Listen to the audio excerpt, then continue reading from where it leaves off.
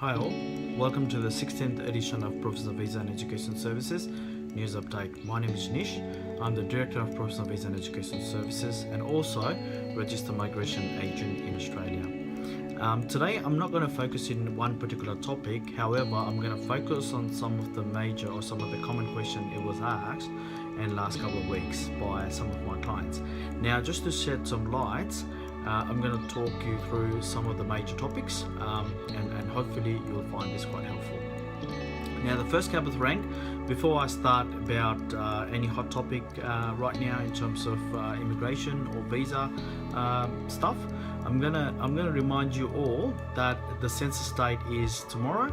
So census date is the date, like usually all countries count their population, and also they need to make sure that they're getting a right survey from their people so that they know where to spend the money in terms of country's economic and everything like that. So 9th of August is the census date, and you have to fill out the census regardless if you're a tourist or if you're an international student, so everyone is counted. So make sure you are enrolled. If not, if you haven't received any letter in your mailbox yet, so you can actually call Census on 1300 214 531 phone number and ask for the unique ID, and after that you can just follow the prompt online. So once again, make sure you do your census. Is very important for any country to make sure that they're spending money in the right track. So that's my little tips there. If you haven't done your census yet, as an international student, you have to do your census as well. Okay, so just as a reminder. Now the first topic today, I'm going to talk about 457 visa, especially takeaway shop and cafe and restaurant manager. So there has been a lot of questions about 457 visa, whether or not you can become a manager for cafe and restaurant in a food court or takeaway shop. Well, the simple answer is no.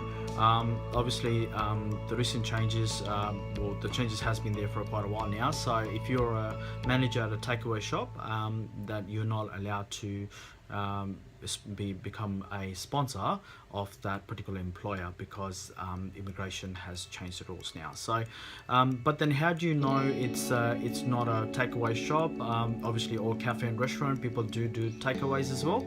So I mean, the primary thing that immigrations are looking at is the size of the business, and also how they're actually rostering the staff, whether or not there's a table service, whether or not there's a proper chef creating the recipe from the scratch. There's no pre-packaging or pre-food purchase.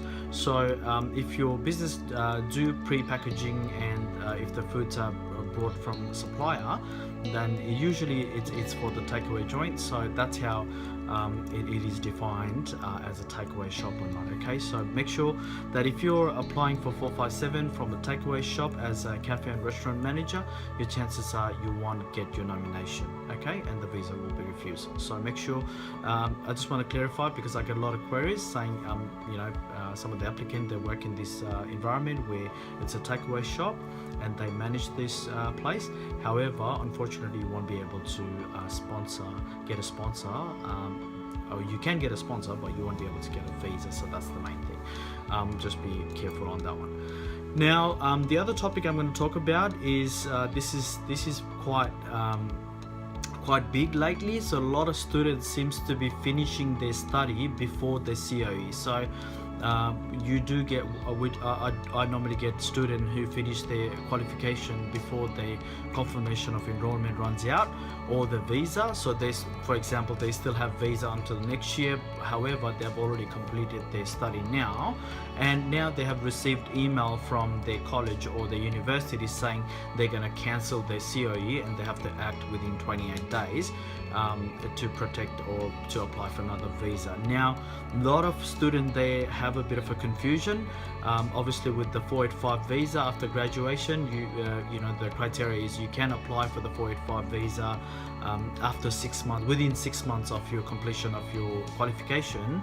However, if you have received a letter about the cancellation of COE, Department of Immigration has confirmed that you have to lodge another substantive visa within that 28 days.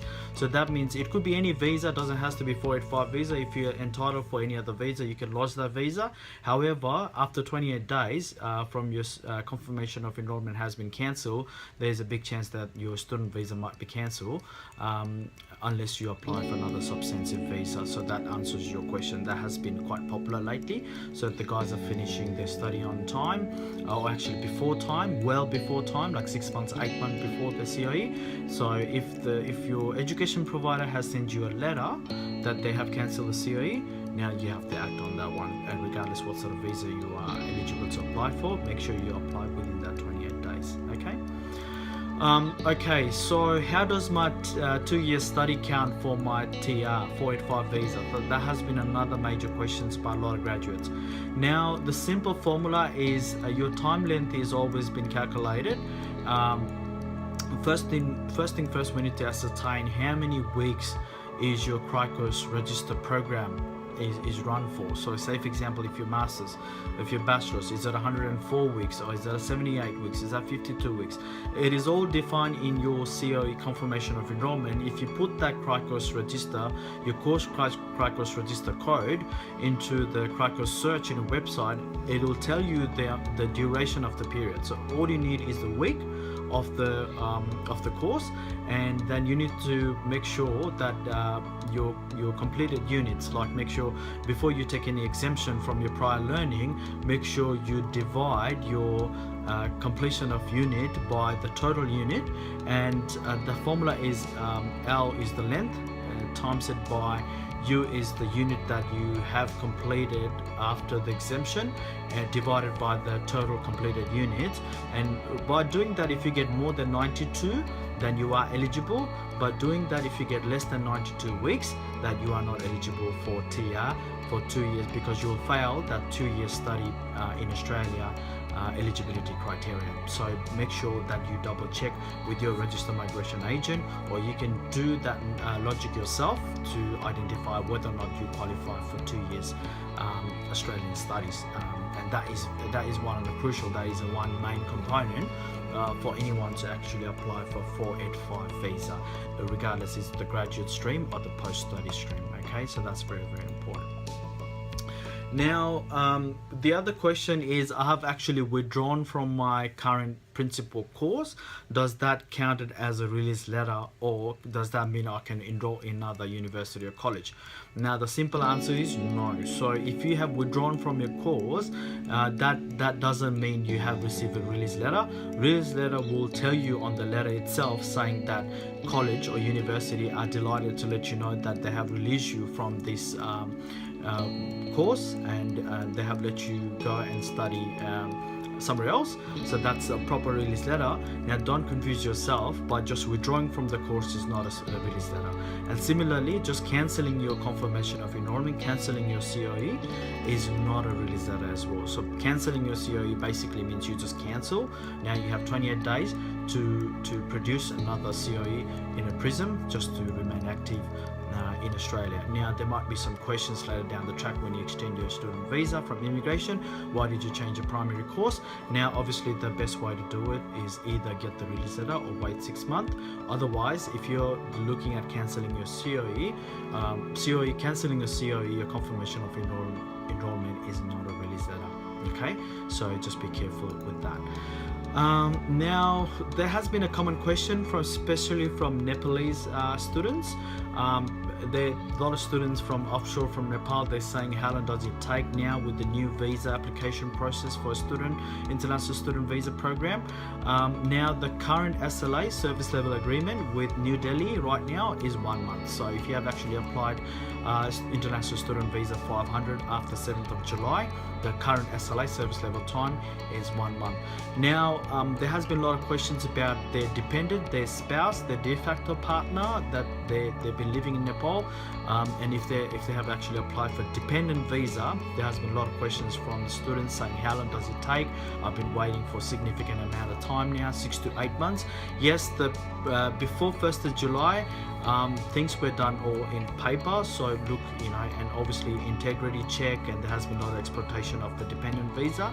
So because of that, there has been a lot of tighten up the rules in terms of identifying whether or not they're genuine dependent partner, that they're coming to Australia to join the main applicant.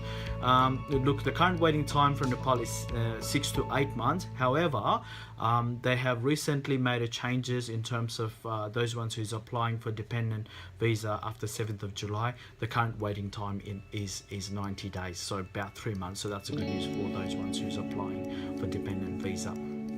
So hopefully you find my video quite helpful. I just basically today I'll just talk about different common frequently asked questions. So if you do have any questions, or if you wanted to clarify a few things, you can call us on 029007 4409. That's our phone number. Or you can email us info@provisa.com.au, or visit our website www.provisa.com.au, or visit us in person, and we're located at Suite 4, Level 9, 99 York Street, Professional Visa and Education Services. Okay, so remember that. Once again, 30 minutes consultation is absolutely free. And after that, if you do seek further assistance for your migration need, obviously we're here. And that's it for today. And thanks for watching. And I'll be back again next Monday with more updates. Bye bye.